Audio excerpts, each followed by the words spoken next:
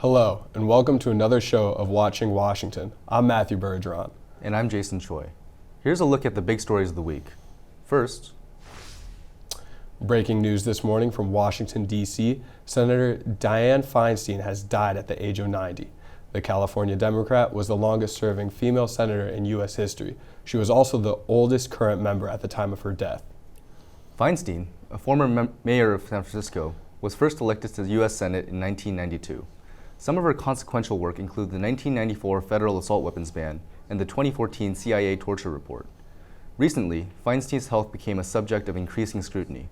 She took an extended absence from the Senate in February when she was hospitalized with shingles. She has since suffered complications and was hospitalized after a fall in August as well. California Governor Gavin Newsom now has the power to appoint someone to serve out the rest of Feinstein's term. Next, we present our update on this fast-approaching government shutdown. With the September 13th deadline on the horizon, lawmakers are struggling to find a way to stop the imminent shutdown. Reporter John Lorink has the story. Washington, D.C. has until Saturday night to figure out a way to prevent the government from running out of money. And if that happens, I think it's unlikely that a shutdown would directly push us into recession, but it is certainly not helpful. Since 1976, the U.S. has had 20 federal funding gaps. Most of them happened when one party wasn't in control of the White House, the House, and the Senate, and that's the current situation.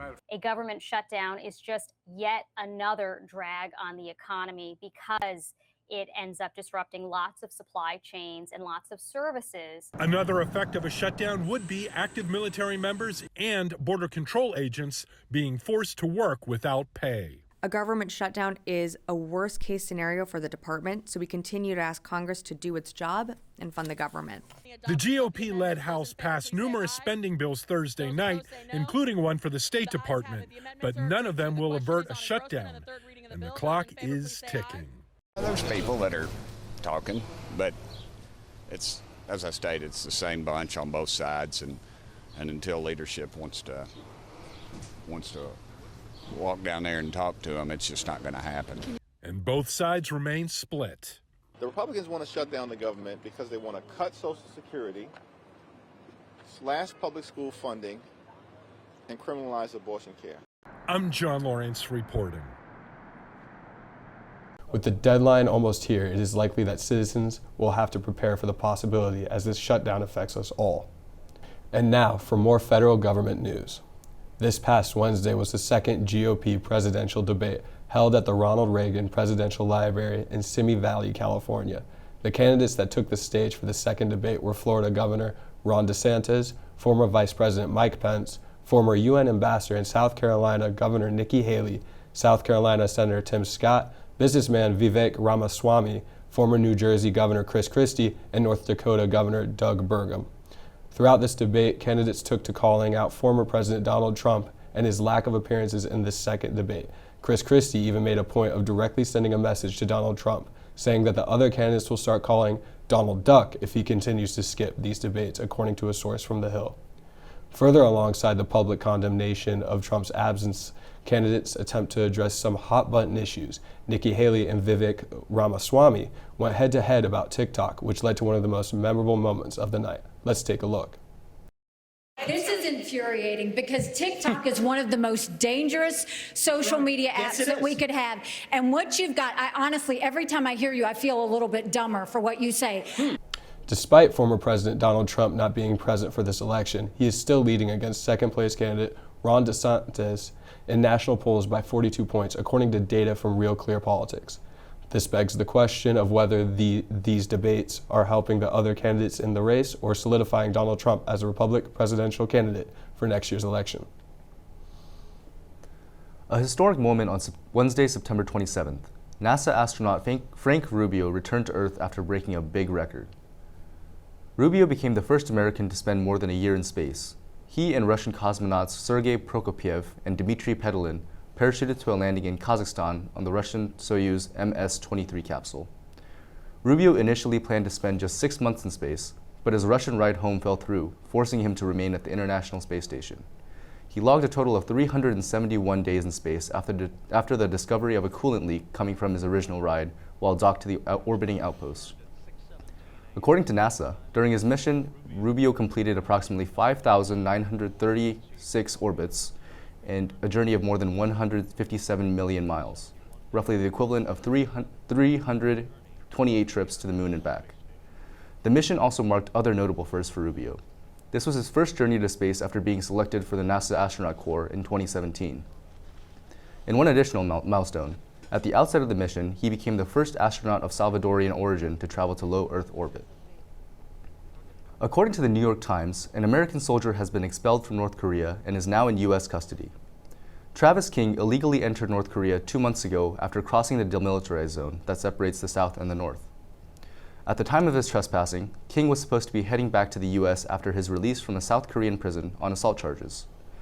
While the reasons why King decided to enter the country are not confirmed, the North Korean state news agency claimed that King harbored ill feeling against inhuman maltreatment and racial discrimination within the U.S. Army and was disillusioned about the unequal U.S. society.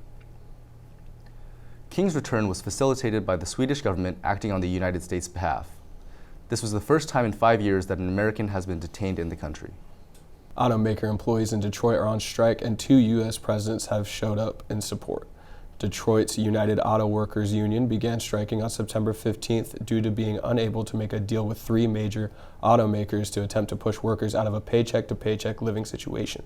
Numerous government officials have visited the ongoing strike, including Senator Gary Peters, former President Donald Trump, and President Joe Biden. President Biden's presence in the picket lines was the first time a president has been in attendance for an ongoing strike in modern times. You guys, UAW, you saved the automobile industry back in 2008 and before. Made a lot of sacrifices, gave up a lot, and the companies were in trouble. But now they're doing incredibly well. And guess what? You should be doing incredibly well too. While Biden was boots on the ground, former President Trump pointed the finger at Biden for the very problems that the UAW workers are striking for.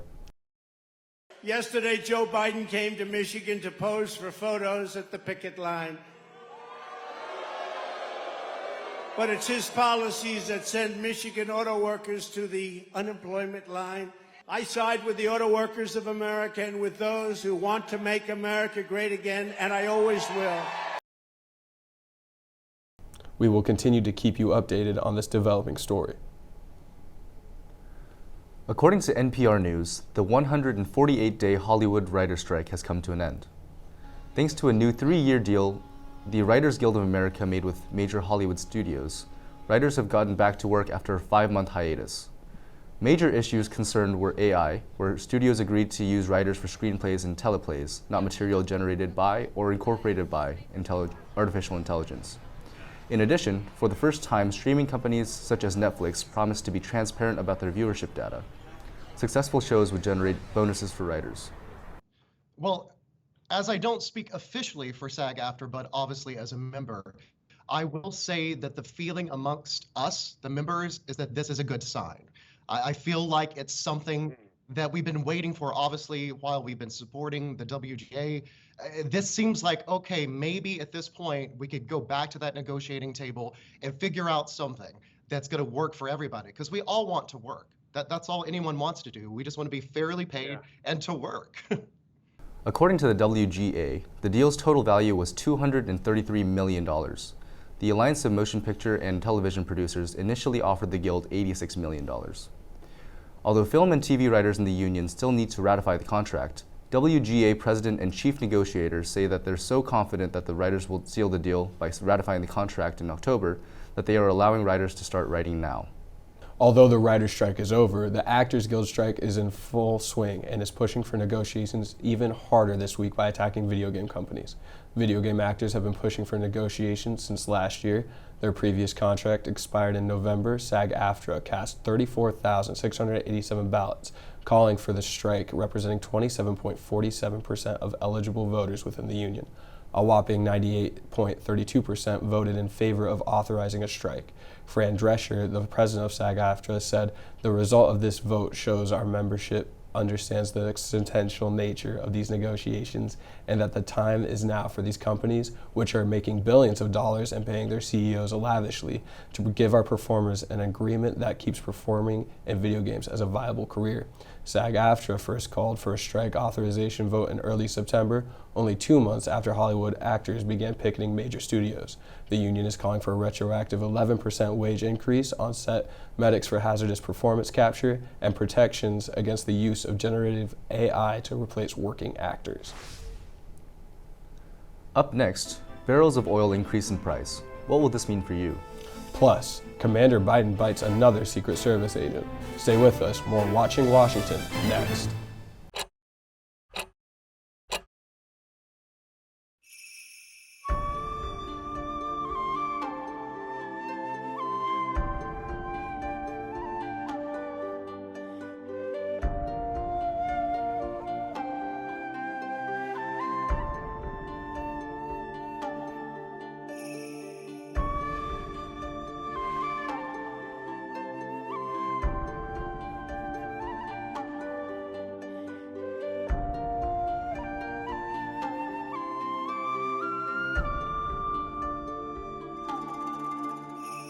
Imagine a world where Olympics and Paralympics are unified as one, and where all athletes at all levels have equal opportunities to play and perform at their full potential. Athletics has been such an influential and transformative aspect of my life. So to me, RISE is about ensuring that every person that has the desire to participate in sport has the opportunity to do so. This organization is about recognition. We believe in recognizing excellence where it is found, especially in Paralympic sports. RISE is about driving change in our community and beyond. We hope that through our events and initiatives, we can galvanize people for our cause and inspire them to create an ever-growing network to help achieve our mission. It's about connecting people of various backgrounds and who truly care about creating meaningful change together. We develop projects and hold events to bring people together at the interface of inclusivity, sports, and engineering. Our goal is to promote the equality of all sports and to improve sports performance and accessibility. Join us so that you can have a major contribution in creating meaningful change.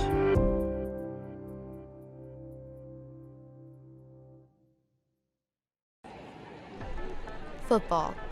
It's the best time of the year. You know what else is great? The world's largest and fastest mascot. You can't have Purdue football without the trains. Look for the Reamer Club outside Stewart Center, 12 to 5 p.m. on Fridays before home football games, for your chance to ride the Boilermaker Special for free. See you then! The Center for C-SPAN, which is this organization, the CCSC, what we do is we facilitate like a bunch of organizations, different programs for Brian Lamb, which is the founder of C-SPAN. Anyone can be part of CCSC, whether it be through our various internships, our competitions, just to be involved, even like our student community meetings that we have every week. Anyone can go, you don't have to be communications or poli-sci. You just meet so many people, the connections you make is kind of crazy, the range that CCSC has. So yeah, it's just provided me so many opportunities to like kind of achieve the goals I have personally and forward to like whatever career paths I choose. As of Monday, September 18th, Wisconsin Planned Parenthood is officially offering abortions again at 2 of their facilities, Water Street Health Center in Milwaukee and the Madison East Health Center. Providers stopped offering abortions in June 2022 after the overturn of Roe v. Wade due to a long dormant state law from 1849 that was widely interpreted as banning abortions. Recently, in an ongoing court case, Dane County Circuit Court Judge Diane Schlipper ruled that the 19th century law actually bans feticide, not abortions performed with a patient's consent. Feticide is described as when someone attacks a pregnant person and causes a termination of the fetus. President and CEO of Wisconsin Planned Parenthood, Tanya Atkinson, did an interview with Wisconsin Public Radio on Monday and stated that all appointment slots were full within 24 hours, and because of this, it is clear that the need is great. This decision has sparked mixed feelings across the state, and some Republicans are taking action in order to reduce access to the abortions. But as for now, they are up and running. Recently, oil prices have skyrocketed, with prices reaching nearly $100 a barrel. On top of these prices that will drastically affect how much you pay at the pump, NPR reported that the Biden administration is finalizing new rules that could dramatically limit how much new federal land is leased for oil and gas drilling. It's an issue that touches on a long-standing tension in the West: who gets to do what on large stretches of public lands. Some have hopes that these problems can be solved domestically. However, it seems that this still may be an international affair. According to the Associated Press, Bob Menendez, a New Jersey senator facing federal corruption charges, decided to push back this past Monday. $500,000 in cash was discovered in Menendez's home by authorities, but he is insistent that the cash was on hand for emergencies only and hadn't been accumulated from bribery or his relationship with Egypt. Prosecutors claim that the provided Egyptian military with private information about U.S. embassy employees, as well as Gross wrote a letter on behalf of Egypt, requesting a release of $300 million worth of aid. Many are calling for his resignation, but Menendez isn't budging, claiming that when all the facts are presented, not only will he be exonerated, but he will still be New Jersey's senior senator. During a press conference in New Jersey, Menendez had this to say in regard to the cash he discovered. You run for re-election, Right now, I'm here to do the work of the people of New Jersey. Will you run for re-election, sir? As I said, I'm here to do the work of the people of New Jersey. Why won't you resign, sir? Senator Menendez? Because I'm innocent. What's wrong with you guys? As Menendez proceeds to seek re-election for the Senate, many hurdles lie ahead in light of the charges, as well as the opposition from state party leaders. On Tuesday, September 26th, New York Attorney General Letitia James ruled that Donald Trump and his organization committed fraud for years while building the real estate empire that propelled him to fame and the White House. Attorney General James found that the organization inflated the value of Trump's properties, golf courses, hotels, and homes. Take the Trump triplex apartment in New York City, for example. The former president noted in financial statements that it's 3 times bigger than the actual size, creating an overvaluation up to $207 million. Mar-a-Lago, a resort owned by the former president in Florida, was found to be inflated by nearly more than $500 million. The civil lawsuit is scheduled for next Monday, October 2nd, where Trump, his sons, and the 2022 Trump Organization will be trialed. President Joe Biden's 2-year-old German Shepherd bit another U.S. Secret Service agent at the White House. According to CNN, this is the 11th known biting incident. In November 2022, an officer was hospitalized after being attacked by a commander. In July, White House officials said that the Bidens were working through new training and leashing protocols.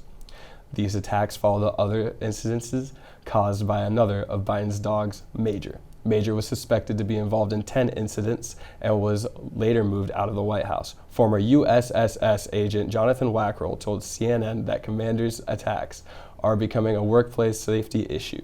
Wackrell says that the White House is a residence, but it's also the workplace for thousands of people. The federal government and 17 states are suing Amazon in a landmark monopoly case. The case reflects years of allegations that the e-commerce giant abused its economic dominance and harmed fair competition, claiming Amazon unfairly promotes its own platform and services at the expense of third-party sellers who rely on its e-commerce marketplace for distribution.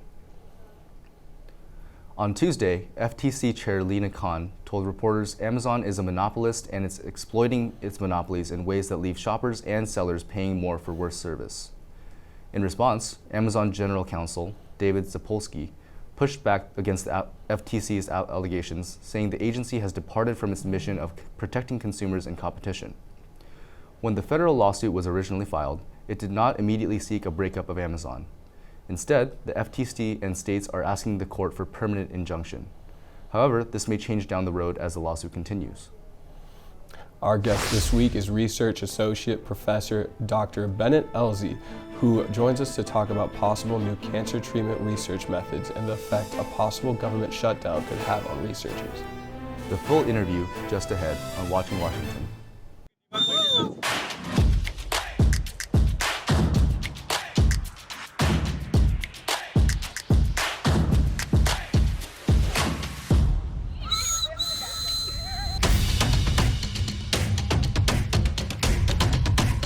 We are energetic, we are motivating, and we are unique.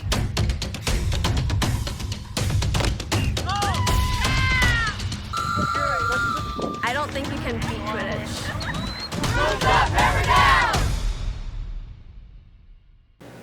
What is one message you would give to your fans? I would just have to tell them to keep pursuing their dreams. And cut. So just put a little more emphasis on pursue your dreams. Okay, got it. If you want to make movies, PSP is the best place to be. Your ideas can come to life with our club. One of the many benefits of being a part of PSP is actually the amount of gear we have available to rent to you for no charge at all and no experience necessary. Join Purdue Student Productions today. At Purdue University, we're not just students, we're future leaders.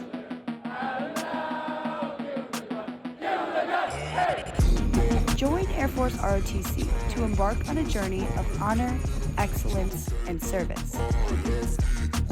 Learn, lead, and soar to new heights. It's not just a commitment, it's a calling. Purdue Air Force ROTC, where dreams take flight.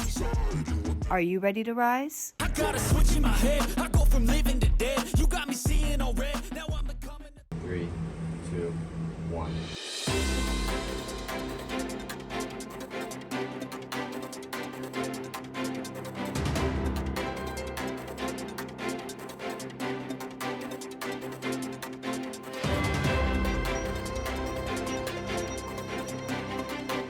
Bringing you your campus forecast.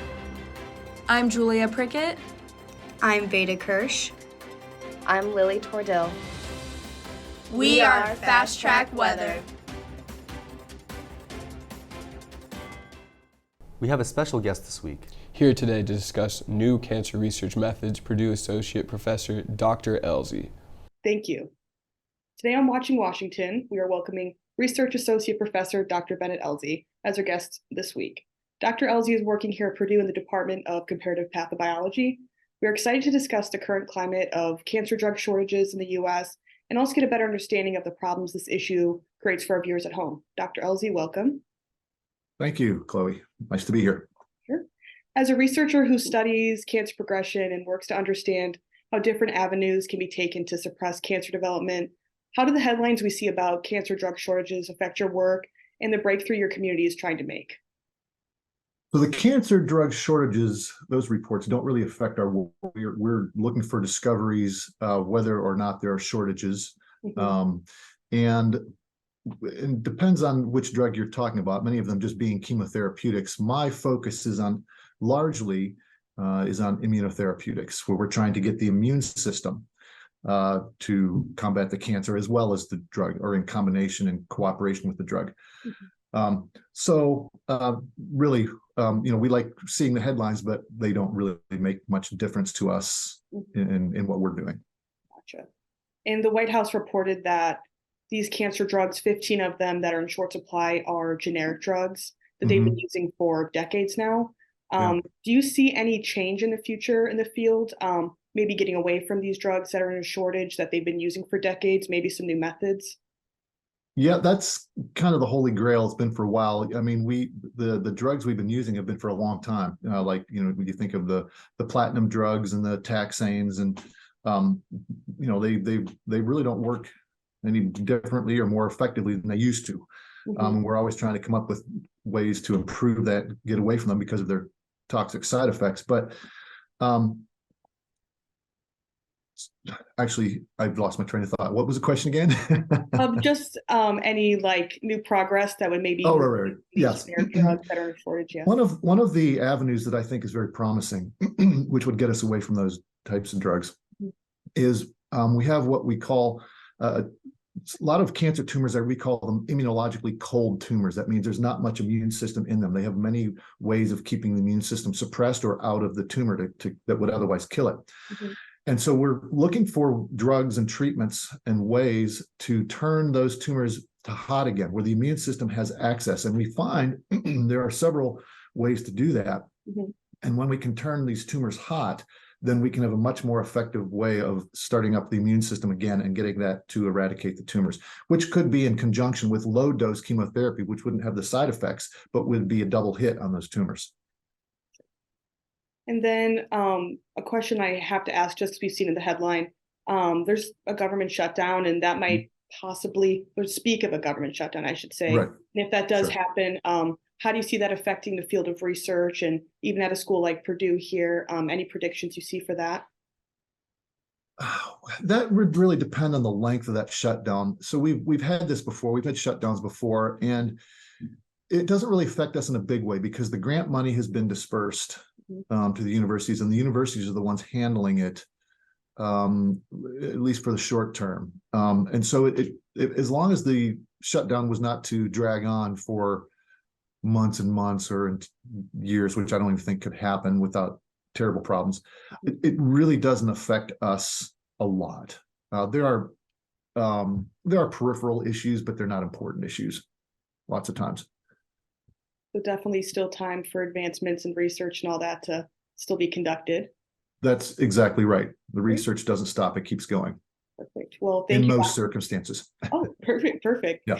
Well, thank you so much for your time. I appreciate you coming and giving us some context on these topics in the headline and kind of help us become a little bit more knowledgeable. So thank you. I'm very glad to help and give you that insight. Thank you. All right. And now back to the studio. Thank you, Chloe and Dr. Elsie. That's all for this edition of Watching Washington. Thank you for tuning in. We'll be back next week.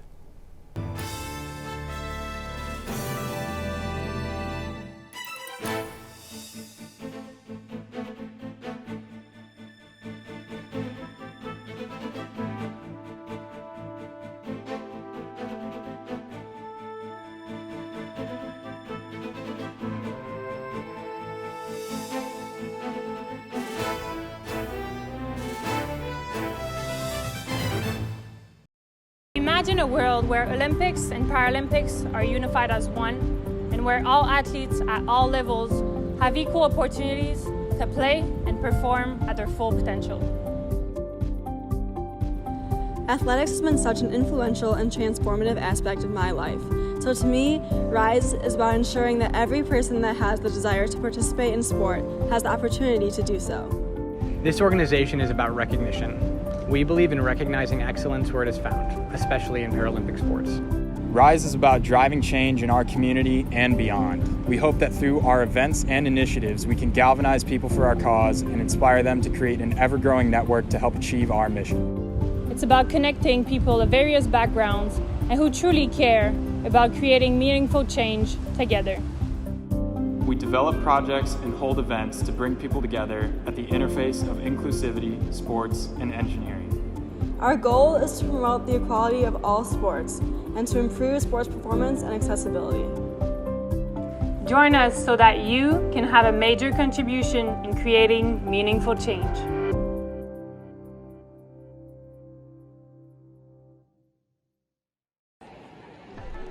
Football.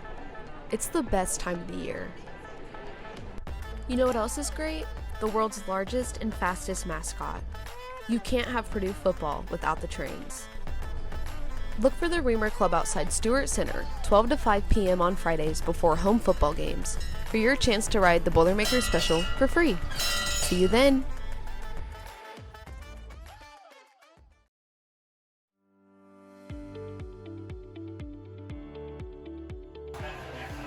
Are you looking for a new hobby? Or do you want to have a fun evening with your friends?